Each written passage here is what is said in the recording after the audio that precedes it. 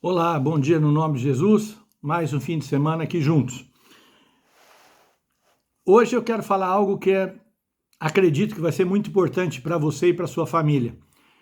Eu não gosto de começar pelo título da mensagem, mas o que Deus falou comigo hoje foi o seguinte: uma armadilha para você e para sua família. Foi isso que Deus me mostrou ao estudar a sua palavra, ao estudar aquilo que ele me disse para falar com vocês e falar comigo primeiro sobre o que ele queria, o que ele quer e o que ele espera de nós como famílias cristãs. Eu estava dormindo, eu fui dormir um pouco mais cedo que a Lucy, quase como sempre, e eu estou deitado e dormi orando pela minha família, como eu faço sempre, e adormeci. Antes da Lucy chegar na cama, eu acordei com a palavra do Senhor no meu espírito dizendo: vá para Jotão. Vá para Jotão. Eu falei: meu Deus, o que será isso? Ir para Jotão. Será que é uma cidade? E não sei por que me veio o estado do Amapá no Brasil. Eu fui na internet antes da Lucy chegar e escrevi Jotão, Amapá. E não apareceu nada. Apareceu sim uma palavra no Paraná sobre Jotão, mas apareceu a parábola de Jotão. Falei, será que é isso que Deus está querendo falar comigo? Ok, voltei a deitar e dormi de novo. Logo, algumas horas depois, o Senhor me acorda, dessa vez mais efetivamente, e volta a me dizer, vai para Jotão. Ok, eu falei, o que eu vou fazer? Eu vou atrás. E quando eu fui, eu encontrei algumas coisas. E a mensagem começa mais ou menos assim, uma armadilha para você e para sua família. O que é uma armadilha? Todas as vezes que você diz assim, aconteceu de novo isso? Ou você repete outra vez? Ou então você diz assim, que coisa, é toda vez a mesma coisa. O que significa isso? Significa que Deus está a permitir que a mesma coisa aconteça na sua vida para que eu e você acordemos para o chamado dele. Então, todas as vezes a Bíblia deixa muito claro que Deus quer ensinar os seus filhos, que toda disciplina no primeiro momento não é agradável, ele permite que certas coisas aconteçam nas nossas vidas para que nós, até mesmo que fiquemos com medo e peçamos socorros a ele. Porque o grande problema é que nós, eu e você, queira ou não, sempre nós deixamos Deus no segundo plano e tentamos resolver as nossas vidas, as nossas coisas, segundo as nossas vontades e aquilo que a gente acha que é certo. Enquanto nós continuarmos pensando isso, nós vamos continuar repetindo. Outra vez? Aconteceu de novo? Toda vez a mesma coisa? Até que nós aprendamos aquilo que Deus quer dizer com a gente. E quando eu vi isso que Deus falou para eu ir para Jotão, eu fui buscar na Bíblia quem era Jotão e eu encontrei, meu Deus, dois Jotão. Um Jotão, filho do rei Uzias, e o outro Jotão, filho de um juiz do povo de Deus da época, que era o Gideão. Eu falei, Senhor, qual dos dois? O Senhor me disse, leia. Oh, meu Deus do céu. Eu fui e li. A história de Jotão, filho do rei Uzias, é muito interessante porque ele assumiu o reinado depois do seu pai, e o seu pai foi um cara próspero, e a palavra diz, depois que morreu o rei Uzias, eu vi ao Senhor.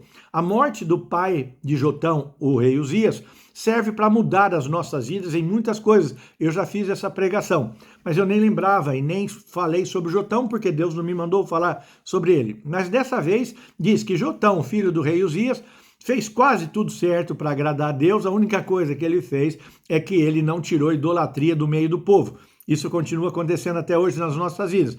Não tiramos a idolatria e as coisas estão acontecendo novamente na nossa vida. Mas eu senti que não era isso e fui buscar Jotão, filho de Gideão. E quando eu leio a história de Gideão, tomo um susto, porque lá eu encontrei, e isso foi armadilha para ele e para a sua família. Ou seja, Deus queria e me acordou essa noite para falar para você, cuidado, tem uma armadilha armada na sua vida e você deve prestar atenção do que como fez Jotão para poder se livrar disso.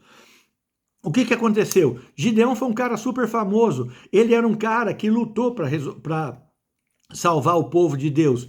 E ele morria de medo, porque ele estava passando uma situação aflitiva, ele foi lutar contra os inimigos, Deus mandou ele só lutar com 300, ele venceu, mas ele fez algo. Depois que ele venceu todo mundo, que ele conseguiu ver que foi o poder de Deus que o fez, ele não lutou com ninguém. A única coisa que eles fizeram foi acender umas lâmpadas e quebrarem uns vasos, e Deus fez o resto, confundiu, e todo inimigo se brigou entre si, e morreram todos, e ele ficou livre dos inimigos.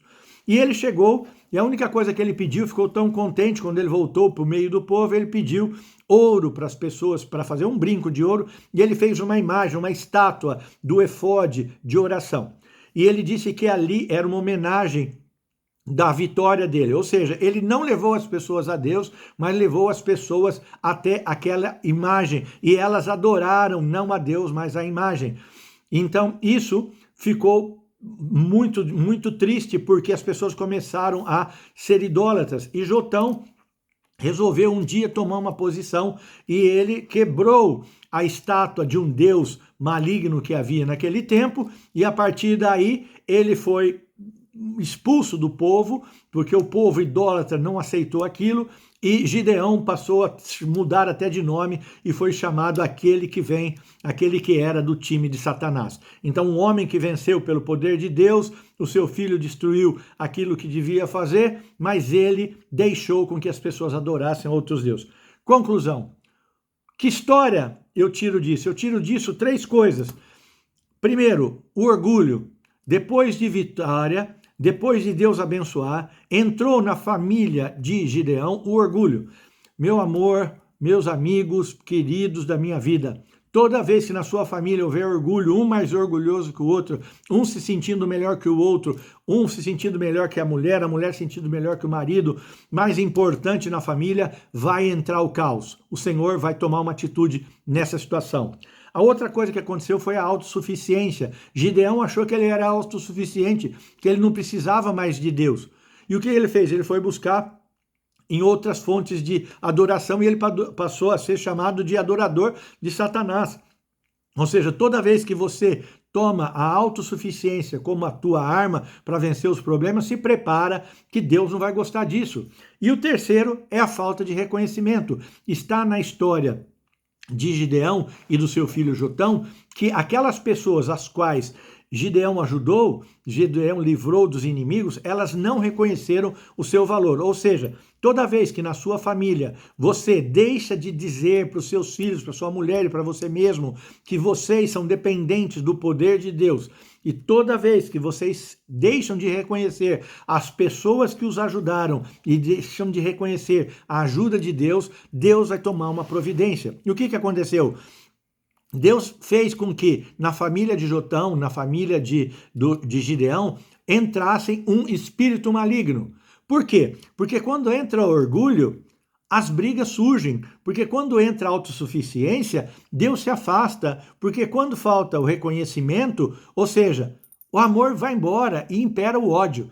Então, se a tua casa está de novo tendo brigas, falta de amor, está tendo traição, é porque Deus está permitindo que esse espírito maligno continue tomando conta da sua família até que você recorra a ele e entenda esses conceitos de orgulho, de suficiência e o problema da falta de reconhecimento. Então Jotão, quando viu toda aquela situação, veio a ele uma parábola, e eu quero contar para você, e a parábola é assim, é muito simples. As árvores do bosque resolveram escolher um líder para elas. Então eles foram primeiro até a oliveira e pediram: Oliveira, seja o nosso rei. E a oliveira disse: eu vou deixar o meu azeite, com o qual eu honro a Deus, com o qual eu honro aos homens, para ser rei? Não, eu não quero. As árvores foram então para a figueira. Figueira, seja nosso rei. A figueira disse: eu vou deixar o sabor do meu fruto, o gostoso do meu fruto, que eu sirva a todo mundo, para ser rei? Não, eu não vou querer isso nunca. As plantas então foram até a videira. Videira, seja você o nosso rei. A videira disse: não quero, porque eu vou deixar com que o meu vinho, que alegra os homens e com o qual eu celebro a Deus, para ser rei de vocês, não, eu não quero. Aí, não tendo mais possibilidade, as árvores recorreram ao espinheiro. E o espinheiro disse: já que vocês me querem como líder de vocês, não tem problema. Podem vir para perto de mim, se protejam debaixo das minhas sombras, se acerquem a mim, que eu vou proteger vocês. E se vocês resolverem me deixar, sabe o que vai acontecer? E vai sair fogo de mim e eu vou queimar a todos vocês. Meu Deus, que história! O que isso tem a ver com tudo isso? Tem a ver o seguinte: quando falta Deus na nossa família, e nós começamos a buscar Deus em outras fontes, nós buscamos na oliveira, buscamos na videira, buscamos na oliveira e esquecemos que temos que buscar em Deus. Deus já falou semana passada que os problemas nossos e da nossa família é que nós temos buscado em fontes amargas e cisternas rotas, ou seja, eu e você temos buscado bênção para a nossa família em lugares errados. Essas plantas, em vez de escolherem a Deus como o provedor de tudo, da nossa salvação, do nosso perdão, da nossa reconciliação, da nossa justificação, tentaram buscar em líderes. Então você tem que aprender com Jotão, eu tenho que aprender com Jotão hoje, que chega de buscar em outros lugares a tua salvação, a tua proteção, chega de querer fazer reis para você. E aí o Senhor diz, a segunda parte que eu pude entender dessa parábola, que Deus me falou, vá para Jotão, é o seguinte: que, como diz aquele conceito popular, quando os bons se calam, os maus operam. É o que está acontecendo hoje em alguns lugares, talvez em alguns países, onde os bandidos estão liderando porque os bons ficaram de lado. Por quê? Porque a corrupção imperou. Porque o bom, quem é o bom? A oliveira não quis, a figueira não quis, a videira não quis, e quem quis? O espinheiro. Então é isso que está acontecendo na vida de muitas pessoas. Espinheiros têm tomado conta da sua vida porque os bons têm se calado. E é o que tem acontecido na sua família e na minha família. Quando nós deixamos de falar, corrigir da maneira correta, os espinheiros tomam conta da nossa vida, dos nossos filhos, das nossas relações, das nossas amizades. É hora de você acreditar e tomar um conhecimento, porque depois de tudo isso, Jotão fez uma pergunta para o povo: vocês acham que vocês tomaram a decisão correta em buscar nesses reis a saída para os seus problemas?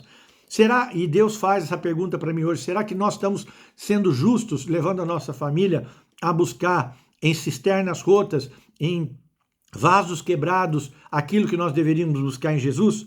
Ou seja, nós temos que entender uma coisa bem simples: nós temos que fazer Jesus hoje o rei da minha e da tua família. Porque se você deixar o orgulho como sendo rei, você vai valorizar o mundo. Se você buscar em coisas que dão sabor, só no sabor, você vai perder o teu valor.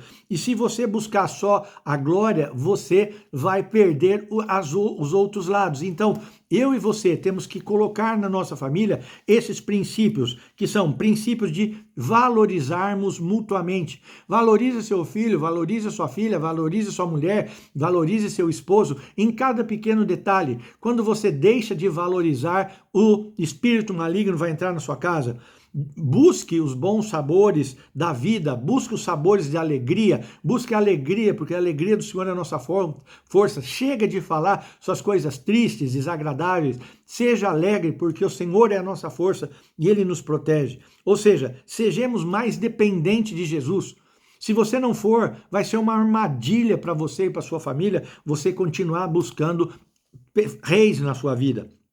Quando nós nos colocamos e reconhecemos tudo isso, desde o mais simples detalhe até o maior detalhe de todos que for dar a vida por alguém, nós vamos abrir a porta para o Senhor Jesus e nós vamos reconhecer que quem pode nos curar, quem pode nos salvar, quem pode levar a nossa família para frente a Jesus, as coisas mudam. Então eu espero que você entenda, pare de buscar reis e busque a Jesus, porque Ele vai mudar você e a sua família. E que isso, o orgulho, a autossuficiência e a falta de reconhecimento não sejam reis na sua casa, porque isso vai ser uma armadilha para você e para sua família. Se gostou, deixa um like, mas o mais importante, passa para frente, porque eu sei que muitas famílias estão quebradas e falando: "Uxa, aconteceu de novo", porque Deus está permitindo até que nós o façamos rei das nossas vidas.